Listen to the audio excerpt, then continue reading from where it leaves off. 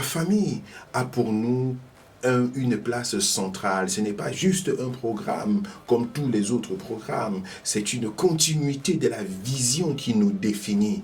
Lorsque nous parlons de la famille, c'est parce que nous sentons et nous savons, nous sommes convaincus, c'est une partie de notre raison d'exister.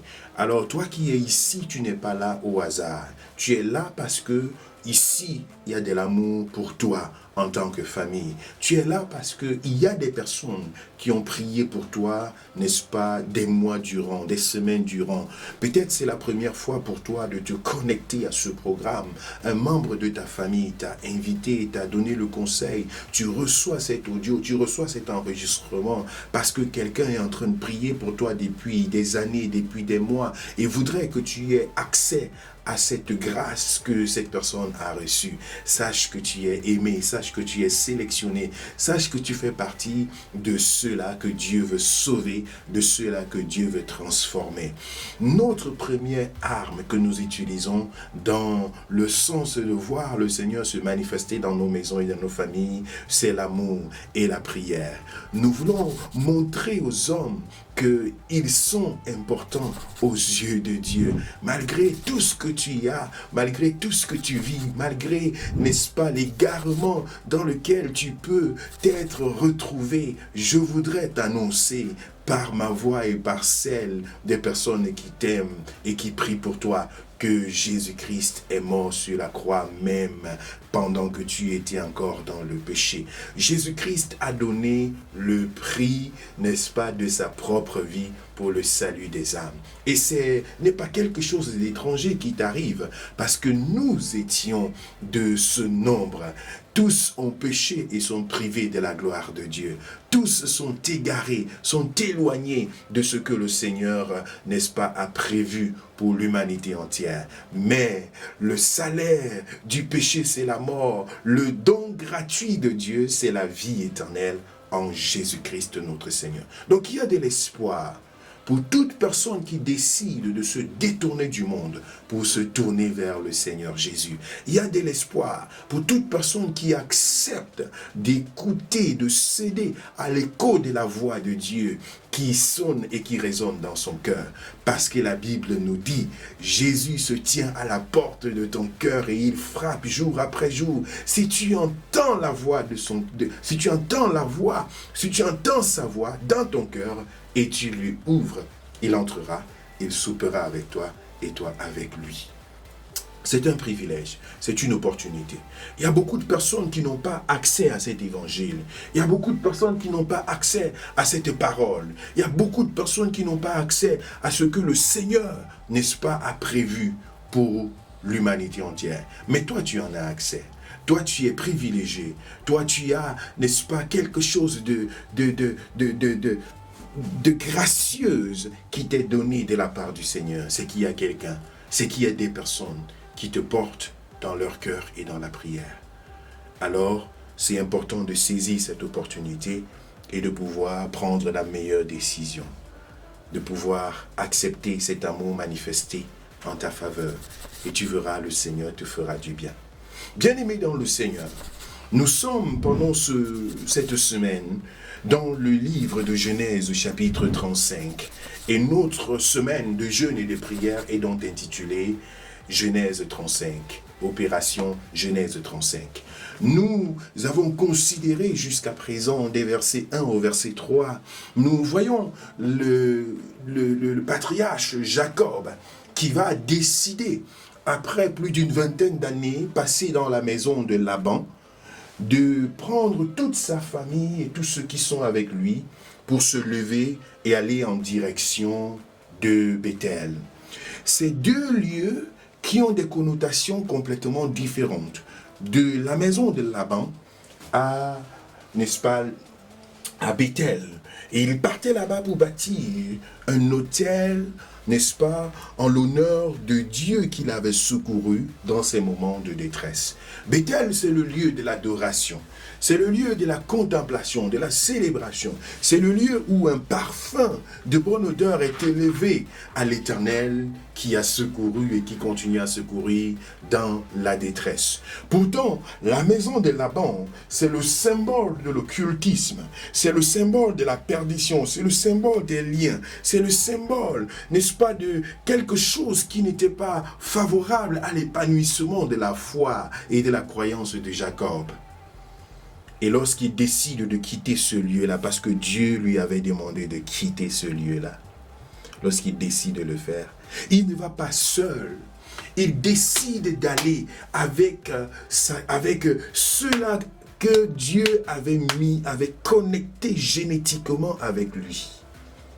Il a décidé de prendre, n'est-ce pas, ses épouses, de prendre ses enfants, de prendre ses serviteurs, ses servantes, tout cela qui était connecté avec lui, génétiquement ou par alliance. Il a dit, nous allons partir. Purifiez-vous et débarrassez-vous des dieux étrangers. Parce que nous partons quelque part, cela s'appelle Béthel, le lieu de l'adoration. Le lieu de l'adoration. Le Seigneur veut des familles saintes, des familles purifiées, des familles sanctifiées. Dieu veut des familles dépouillées de tout ce qui ne l'honore pas. C'est merveilleux que d'avoir la grâce d'être appelé par Dieu en tant que famille. Imaginez-vous que le père, la mère se prosternent devant le Seigneur. Les frères, les sœurs se prosternent devant le Seigneur. La famille est en prière. Les gens ont la crainte de Dieu. Les gens se tournent vers le Seigneur. C'est excellent, extraordinaire, bien-aimé, de vivre une telle grâce. Lorsque tu es avec ton frère, et que vous ne pouvez pas seulement parler des choses, n'est-ce pas, qui vous concernent autour de vous, mais vous pouvez avoir un langage biblique, vous pouvez parler de la justice de Dieu, vous pouvez être motivé par le véritable amour qui est inspiré des Saintes Écritures, vous pouvez vous tenir par la main, vous pouvez vous retrouver quelque part, vous commencez à prier lorsque les choses ne vont pas bien dans la famille, vous faites, n'est-ce pas, un programme, viens on va jeûner, viens on va prier, viens on va aller à la montagne, et vous vous tenez par la main pour dire, c'est le chemin que nous avons choisi et nous voulons aller jusque-là. Bien-aimés dans le Seigneur, c'est extraordinaire. Et vous savez quoi? C'est une grande bénédiction dans les familles. C'est une grande bénédiction dans les maisons. Lorsqu'on ne va plus dépenser de l'argent dans les choses de ce monde, dans la tradition, dans, n'est-ce pas, la recherche des solutions de façon désespérée, là où la famille ne sait plus sur quel pied danser, on a peur de la mort, on a peur de telle et telle chose, et on n'arrive plus à se tenir sur les pieds, et les choses sont désastreuses et désespérantes. C'est la tremblote totale qui est dans la famille. On court à gauche, on court à droite, et on se casse la tête, et on se cogne la tête, et on dispute, et on se déchire, parce qu'il y a l'oppression, parce qu'il y a des problèmes, parce qu'il y a des situations pour lesquelles on ne trouve pas de solution, et on ne peut pas se tenir sur le même espoir pour chercher la solution. Mais lorsque le Seigneur est le centre d'une famille, lorsque Dieu est le centre de tous les intérêts, on peut dire, nous avons des problèmes, nous avons des situations, nous avons des difficultés, nous ne savons pas pourquoi nous sommes attaqués de toutes parts, mais nous savons une chose, nous pouvons partir vers le Seigneur, nous pouvons courir vers le Seigneur, nous pouvons crier vers lui, nous pouvons nous attendre à lui. La foi devient l'élément qui rassemble les familles. La foi devient l'élément qui donne de l'espoir. Jacob s'est levé avec toute sa famille et a dit, assez c'est assez. La dépendance, l'esclavage et tout ce que nous avons vécu chez Laban, nous voulons mettre fin à cela et nous voulons partir vers une nouvelle destination, le lieu de l'adoration. Oh, c'est ma prière. C'est ma prière que tu puisses voyager, déménager avec ta famille de chez Laban vers Béthel. Alléluia. De chez Laban vers Béthel. Que tu puisses déménager Toi qui m'écoutes en ce moment, que Dieu te donne cette grâce de déménager avec toute ta famille de chez Laban vers Bethel. Du lieu de la servitude au lieu de l'adoration. C'est possible, bien-aimé. C'est ce que Dieu a prévu pour nous.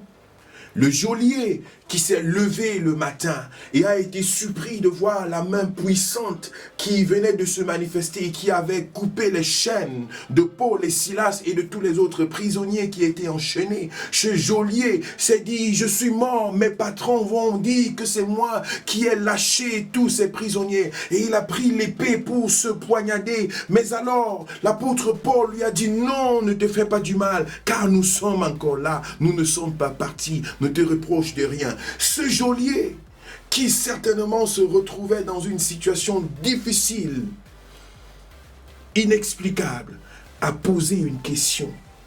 Dans le livre de Actes des Apôtres, chapitre 16, verset 30 et verset 31, il dit, mais qu'est-ce que je devrais faire? Ma vie n'a plus de sens. Je suis perdu.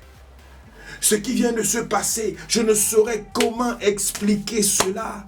Il en va de ma vie, il en va de tout cela, pour qui j'ai une responsabilité. Il en va de toute mon existence. Qu'est-ce que je dois faire afin d'être sauvé de ce châtiment qui m'attend? Il voyait que c'était sa sentence qui était très lourde, parce qu'il avait la responsabilité de garder tous ses prisonniers. Mais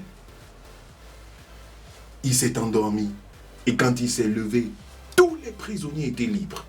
Il ne pouvait donner aucune explication à ses supérieurs. Et il était donc déboussolé. Il était désaxé. Les responsabilités, il sentait que les charges qui lui reviennent, il ne sera plus capable de pouvoir les assumer. Il était appelé à nourrir sa famille, à être responsable de tout cela qui était dans sa maison. Mais cependant, il se trouvait dans une situation où il venait, selon son interprétation à lui, il venait de tout gâcher. Et il pose donc la question à Paul, mais qu'est-ce que je vais faire pour être sauvé? Et l'apôtre Paul lui donne une réponse qui déchire et qui challenge sa compréhension. Crois au Seigneur Jésus et tu seras sauvé, toi et ta famille. Alléluia, alléluia. Le mot salut ici a donc une double connotation. Sauvé de la circonstance dans laquelle il venait de se trouver face à cette faille professionnelle dont il était l'auteur aux yeux des hommes. Une différence pouvait se faire à travers sa foi. Mais encore sauvé de l'égarement et de la perdition. Parce qu'il venait là de découvrir la manifestation de la puissance de Dieu qui avait fait trembler toute la prison, brisé les chaînes de tous les prisonniers, ouvert toutes les portes et laissé libre tout cela qui s'y retrouvait. Il venait là de voir une puissance manifeste au-delà de ses forces. Et il était question pour lui de se tourner vers ce Dieu. Et la réponse est sans appel. Crois au Seigneur Jésus et tu seras sauvé, toi et ta famille. Et c'est cette réponse que je voudrais te donner aujourd'hui. Crois au Seigneur Jésus et tu seras sauvé, toi et ta famille.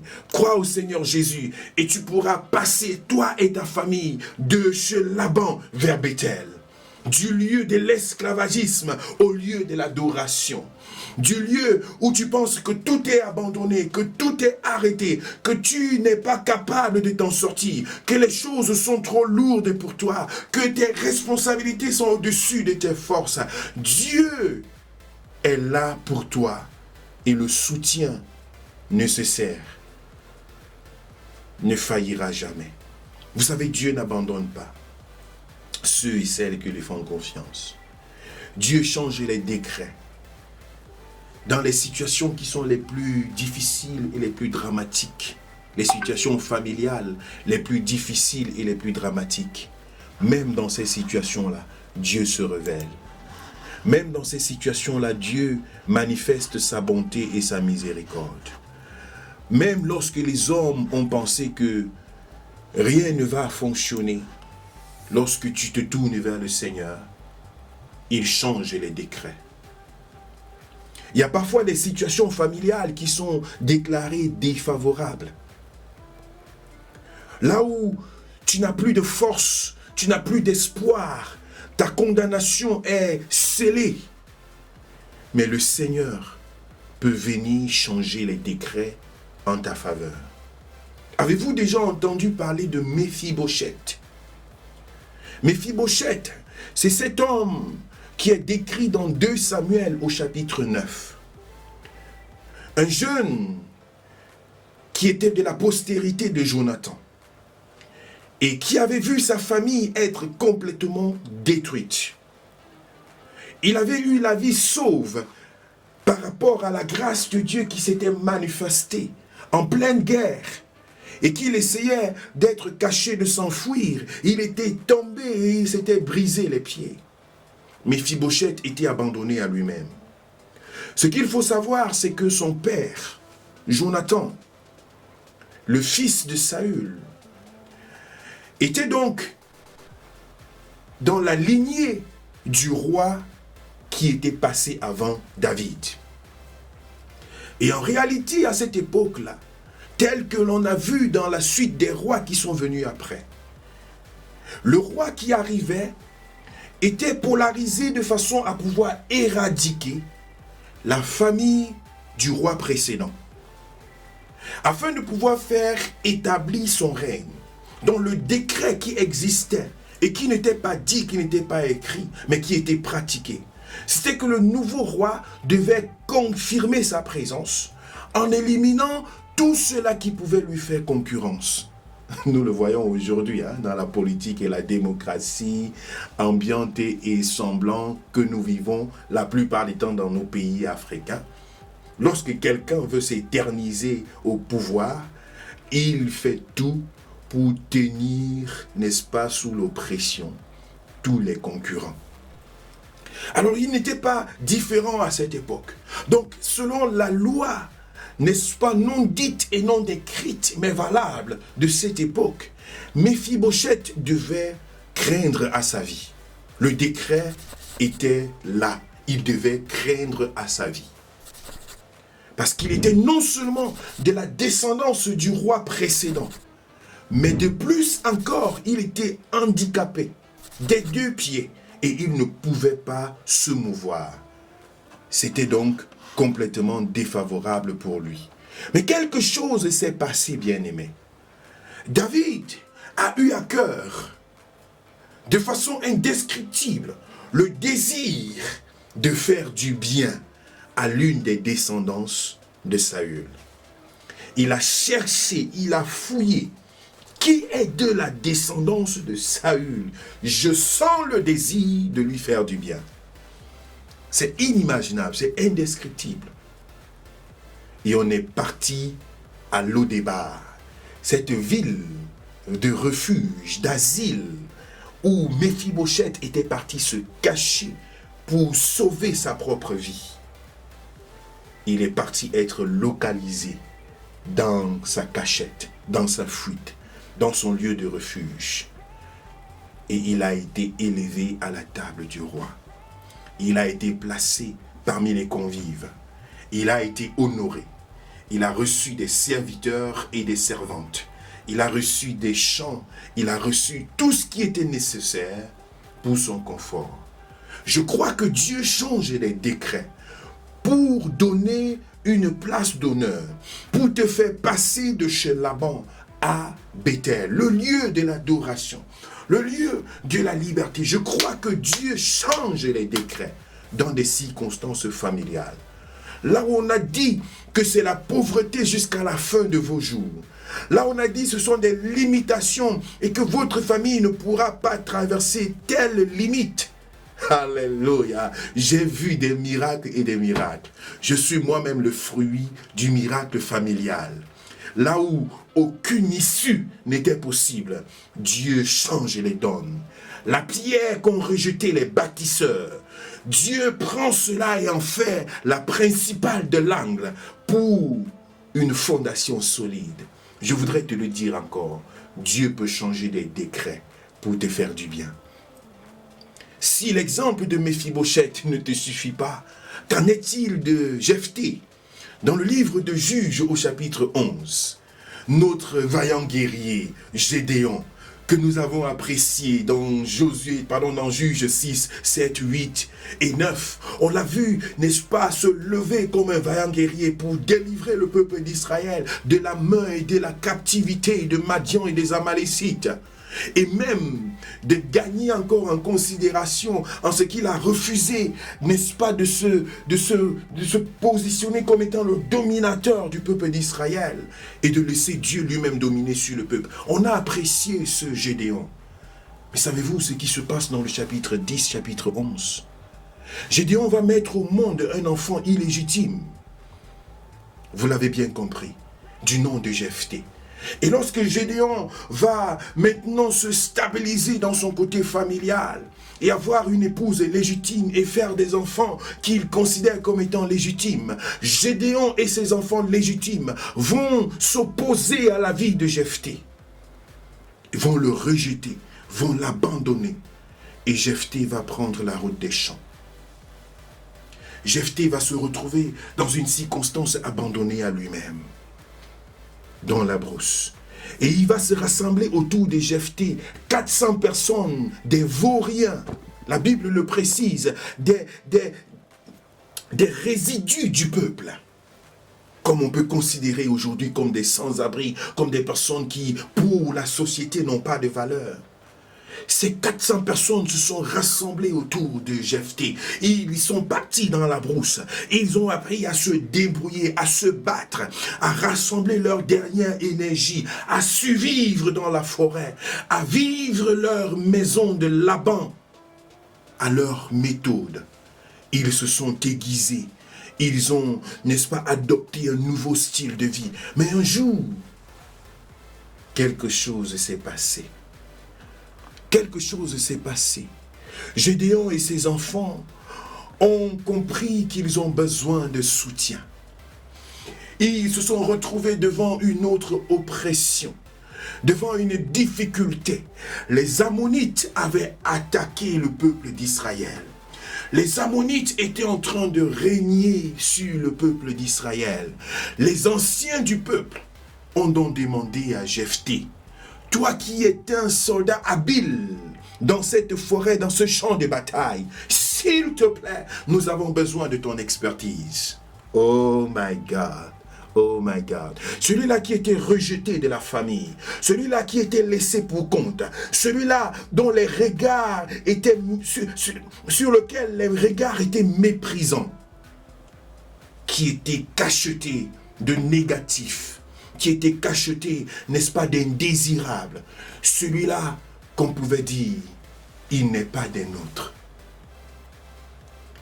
Face à la pression des Ammonites, face à la pression des Ammonites, le peuple d'Israël a dit, il y a quelqu'un quelque part que nous avons ignoré jusqu'ici, dont nous n'avons pas voulu faire cas. Il n'est pas des nôtres. Mais quelque part, il a une expertise que nous n'avons pas. Les Ammonites nous détruisent. Les Ammonites règnent sur nous. Pourtant, il y a une expertise quelque part qui peut nous faire sortir de cette situation. Ils ont décidé d'aller vers Jephthé. Ils ont couru vers lui. Et pour négocier, ils ont dit, si tu viens et tu nous aides à pouvoir être délivrés de la captivité des Ammonites, nous te ferons juge en Israël. Nous te ferons juge en Israël. Vous savez, Jephthé est parti et il a remporté la victoire. Parce que c'était un chef militaire et un chef spirituel. Il a été accepté par Dieu pour délivrer le peuple de Dieu de l'oppression des Ammonites. Et c'est ainsi que sa position a été scellée au milieu du peuple d'Israël. Je voudrais t'annoncer que dans ta famille, tu as une place privilégiée. Tu as une contribution. Tu as eu un mot à dire. Pas dans la violence, pas dans la concurrence, pas dans l'esprit de destruction. Juste dans la particularité que Dieu a mis en toi. Juste dans la particularité que Dieu a mis en toi. Tu es une personne importante parmi tes frères, parmi tes sœurs, parmi ceux-là qui sont avec toi. Ne te laisse pas tout simplement minimiser, détruire par les regards extérieurs. Regarde à ce que Dieu a mis dans ton cœur. Ne te laisse pas frustrer, froisser. Ne sors pas de la famille. Ne te considère pas comme étant un étranger, une étrangère. N'accepte pas le cachet que les uns et les autres peuvent mettre sur ta vie, consciemment ou inconsciemment. Sache que tu peux être un Jephthé pour ta famille. Sache que tu peux être un Jephthé pour ta famille. Qu'est-ce que tu sais faire de mieux? Veux-tu mettre tes genoux au sol pour crier vers le Dieu en qui tu as cru? Beaucoup de personnes ont été rejetées dans leur famille, peut-être même à cause de la foi. Oh, tu as donné ta vie à Jésus, nous n'avons rien à faire avec toi. On va te régner de cette famille. Je voudrais vous annoncer, famille. Sachez valoriser ceux-là qui ont donné leur vie à Jésus au milieu de vous. Sachez valoriser ceux et celles qui prient le Seigneur Jésus. Sachez valoriser les Lévites et les sacrificateurs que Dieu a mis au milieu de vous. Ne regardez pas seulement pour juger la vie des uns et des autres par rapport à ce que vous voyez. Sachez que cette personne qui prie, qui porte la parole de Dieu au milieu de vous, est l'instrument par lequel Dieu continue de protéger cette maison et cette famille. Sachez que c'est une personne particulière appelée par Dieu pour être la lumière dans les ténèbres. Parfois pourtant, elle est méprisée, elle est rejetée, elle est abandonnée, elle est mise de côté. Ses opinions ne sont pas considérées. Mais sachez que tout enfant de Dieu a une faveur particulière. Parmi les 12 enfants de Jacob, il y en avait un du nom de Lévi, à qui aucun héritage n'a été donné. On a partagé tous les biens, mais à lui, on n'a rien donné. Mais c'était la volonté de Dieu qu'il ne reçoive rien. Parce que de lui devait sortir une génération, une tribu, qui ne devait pas se focaliser quelque part, se localiser quelque part, mais qui devait se répartir dans les 11 autres tribus. Les 11 autres tribus avaient pour devoir de concéder des terres, des parcelles, des lieux dans leur propre territoire pour les descendants de la tribu de Lévi. Dieu l'avait fait expressément parce que les Lévis avaient été choisis comme étant des sacrificateurs, des personnes qui devaient être la représentation de Dieu dans le peuple d'Israël. Et il ne fallait pas qu'il soit concentré quelque part. Il fallait qu'il soit dispatché parmi les 11 autres tribus. Oh, excellent planning de Dieu. J'aime le Seigneur. Un manager, un planificateur, quelqu'un d'excellent. Waouh, le Seigneur est stratégique. Il fallait que les Lévites soient positionnés partout, afin que la présence de Dieu soit omniprésente. Il fallait que Dieu soit partout dans chaque famille. Sais-tu que tu as la grâce d'avoir quelqu'un dans ta famille qui aime le Seigneur, qui prie pour toi, qui pense à toi, qui t'envoie des versets bibliques, qui te porte à cœur et qui ne cesse de t'aimer. Malgré les flèches, j'ai vu des gens qu'on a insultés à cause de leur foi. J'ai vu des gens qu'on a méprisés à cause de leur foi. J'ai vu des gens pour qui on n'a eu aucune considération dans les familles, mais qui aujourd'hui sont des références spirituelles à l'image de Jephthé. Et ma prière, encore une fois de plus, dans la dimension d'abord même physique de l'histoire de Jephthé, c'est que dans nos familles, nous puissions apprendre à ne pas négliger les autres, malgré les cachets qu'on peut avoir sur la vie des uns et des autres. Ce témoignage, nous l'avons vécu pendant cette semaine, une transformation des mentalités. Notre regard envers ceux-là qui sont négatifs à nos yeux en tant qu'humains. Jephthé était négatif, il n'était pas le bienvenu. Il avait un cachet d'illégitime, de bâtard. Il avait un cachet qui le suivait et dont il ne pouvait même pas se justifier, malheureusement pour lequel il n'avait pas demandé à exister. Et cela a été sa condamnation. Mais cependant, le Seigneur a utilisé celui-là qui était rejeté pour en faire une pierre angulaire. Est-ce que tu vois ce que Dieu fait de ta vie aujourd'hui? Peut-être tu as été indésiré. Peut-être tu as été, n'est-ce pas, pratiquement avorté. Et ce n'est que Dieu qui t'a fait la grâce. Peut-être que tu es issu d'un viol, de quelque chose d'indésirable aux yeux des hommes. Peut-être qu'ils ont essayé quelque chose à intenter ta vie. Peut-être que la sorcellerie s'est levée contre toi à plusieurs reprises et que tu n'es qu'un rescapé spirituel après avoir échappé à de telles choses dans ta vie. Peut-être que. Quelle est cette identité de Jephthé que tu portes? Je voudrais t'annoncer qu'il y a un chemin à faire de chez Laban vers Bethel. Alléluia. Le chemin a été direct pour Jephthé. Il est passé de la brousse, de la forêt, à chef en Israël. Chef militaire, chef spirituel. C'est-à-dire il a été projeté de la forêt à la royauté. Dieu peut le faire. Dieu peut le faire. Et c'est ma prière. Que le Seigneur change les destinées. Qu'il change les destinées des familles. Que le Seigneur change. Qu'il donne la grâce de se tourner vers lui. Vous savez, lorsqu'une famille quitte les ténèbres pour se tourner vers la lumière de Dieu, c'est le meilleur et le plus grand de tous les miracles qui puissent exister. Le meilleur et le plus grand de tous les miracles. Lorsque la lumière de Dieu se fait voir dans ta maison et dans ta famille, c'est extraordinaire.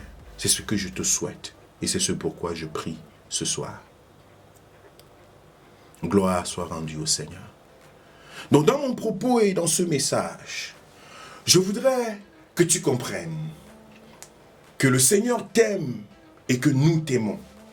Qu'il y a des gens qui prient pour toi afin que tu sois sauvé. Que tu es important dans cette famille, qu'elle soit spirituelle ou biologique. Je voudrais que tu comprennes par la réception de ce message que le fait que tu aies été invité ici, que le fait que ce message t'ait été envoyé, c'est parce que quelqu'un pense à toi, quelqu'un prie pour toi. Quelqu'un a du souci pour la transformation de ton âme et surtout pour le pardon. Nous avons reçu ce pardon. La multitude de nos péchés nous condamnait à la mort. Mais l'amour de Dieu inconditionnel pour nous s'est manifesté en ce que Christ est mort pour nous pendant que nous étions encore pécheurs. Et cette grâce nous a été faite. Aujourd'hui, nous avons le privilège d'avoir la paix avec Dieu et d'avoir la conviction du pardon de nos péchés et de nous démerder jour après jour à plaire au Seigneur. Et cela est possible. La porte est ouverte pour se tourner vers le Seigneur. Dans ce message, le Seigneur te donne l'opportunité de trouver en lui de l'aide, le soutien dont tu as besoin et dont la famille a besoin. L'excellence et le côté agréable qui se laisse manifester lorsqu'une famille tout entière peut venir vers le Seigneur. Lorsque des gens, n'est-ce pas, génétiquement connectés, biologiquement connectés, peuvent se tenir par la main et dire, prions, cherchons la solution auprès du Dieu créateur. C'est excellent, car c'est de Dieu que toutes les familles tirent leur nom. C'est lui qui est la source de l'existence de cette famille. Et l'appel est donné de pouvoir se tourner vers lui et l'accepter comme Seigneur et Sauveur personnel.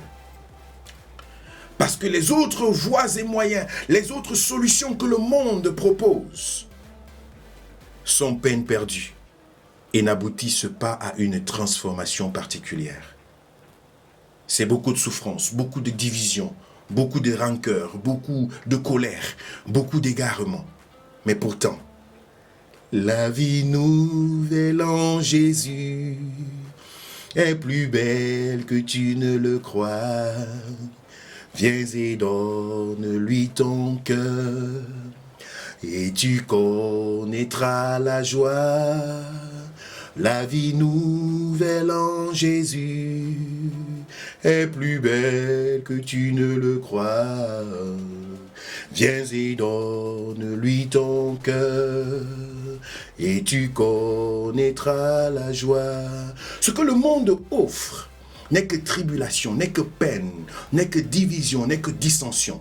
Mais en Christ, il y a de l'espoir. Tu peux venir avec ta famille. Tu peux venir comme Jacob qui a décidé avec toute sa famille de se tourner vers le Seigneur. Ce geôlier qui voyait sa responsabilité être trop lourde et son gagne-pain être mis en danger et sa vie être au bord de l'emprisonnement, a posé la question à Paul, que devrais-je faire? La réponse a été très claire, avec une implication de double sens, tant dans son domaine physique que dans son domaine spirituel. Crois au Seigneur Jésus et tu seras sauvé, toi et ta famille.